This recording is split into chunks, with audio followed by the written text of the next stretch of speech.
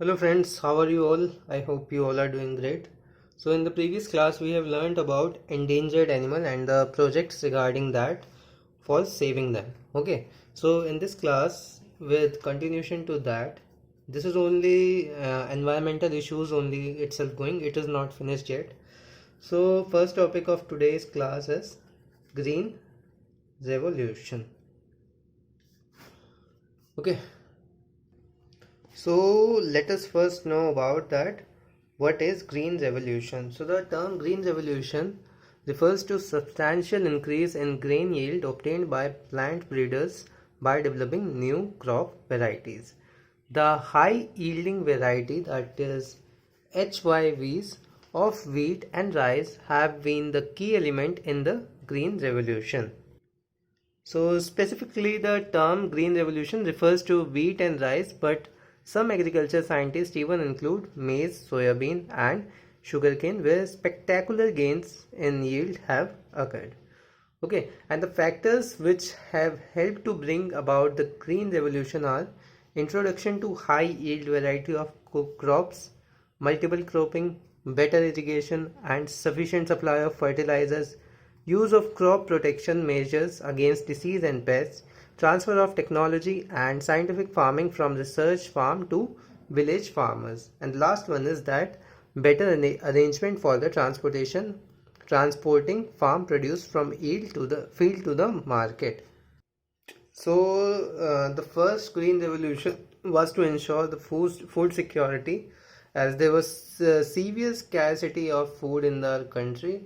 And the second green revolution aims at creating sustainable agriculture by leveraging advancement in technology. Now the question arises that why do we need the second green revolution? So let me answer that with the growing population and over exploitation of land resources, the pressure on food security will continue and rise.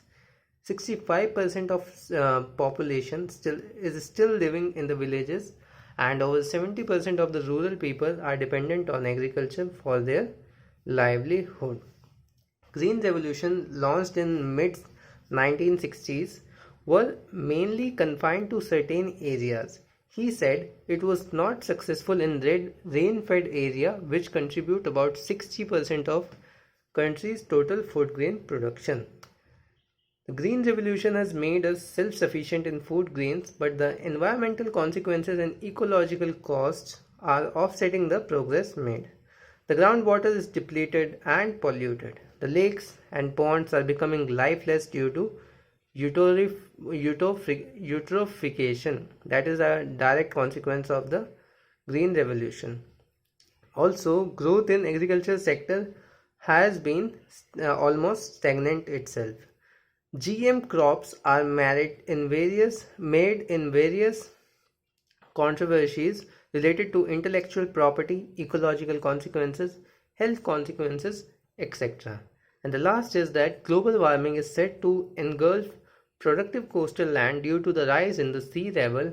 This creates an urgent need to raise the agriculture productivity. So it is necessary to develop a suitable strategy to improve agriculture development of the India. Now let's see that what do we want from this second green revolution. So first is improving agricultural production while generating gainful self-employment for small farmers and weaker section of the society. Second, scaling up food production without disturbing the ecological balance and boosting agriculture development, women empowerment and environmental protection. And the last is reclaiming degraded and low fertile lands and lands deprived of irrigation.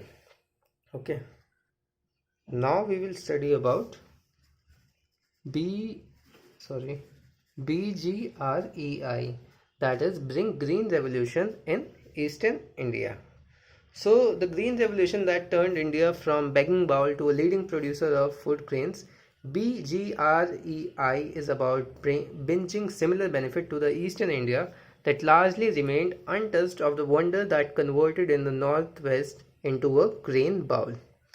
BGREI is a flagship program under the Rashtriya Krishi Vikas Yojana. It is intended to address the constraint limiting the productivity of the rice-based cropping system. The BGREI program was announced in the Union Budget 2010-11. It focuses on bringing the second green revolution in eastern region, which has rich water resources. Assam, Bihar, Chhattisgarh, Jharkhand, Odisha, West Bengal and eastern Uttar Pradesh are the 7 states. Now let us study about its objective.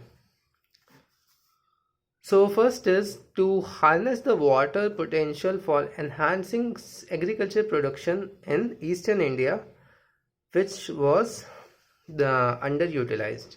Second, yield maximization of rice and wheat per unit area by improving the agronomy, water harvesting and conservation and water utilization. Okay. Last, promotion of recommended agriculture technologies and package of practices by addressing the underlying constraint. Okay. Now let us see that what the government has initiated. What are the government initiatives to strengthen this BGREI. So the ICAR has established IARI Hazaribagh in Jharkhand and Indian Institute of Biotechnology in Ranchi. It has also established National Research Center for Integrated Farming in Motihari in Bihar to further strengthen the agriculture research for the eastern region. CAU, Central Agriculture University, have been sanctioned 6 new colleges for the northeastern state. Okay, so these were the initiatives that were made by the government to give it a stimulus. Now the question comes that how can we make the second green revolution a success? So first is precision agriculture. So the wealth of data, if harnessed appropriately, can help farmer make the most efficient use of vital inputs such as water and fertilizer by applying them in precise amount. Testing of samples from soil from agriculture field is vital for achieving nutrients stewardship. Mobile-based application for farmer will form an important of the data-driven precision agriculture approach. Second is efficient use of water. So in this, laser leveling is a technology that can grade an agriculture field to a flat surface by using a laser guided scraper. Laser leveling has been shown to improve crop yields, reduce labor time spent weeding, and in particular reduce water use for irrigation by up to 20 to 25%. Developing additional water sources through tube wells, dug wells, and farm ponds. There can be a promotion of flood, drought, and salinity tolerant rice variety. Use of drum seeders for timely planting of direct seeded rice. So this can be done under this efficient use of water. Third, sustainable agriculture practices. So cultivation practices to increase biological and economic stability. Selection of improved variety to suit the need. Third, soil management by proper method of tillage.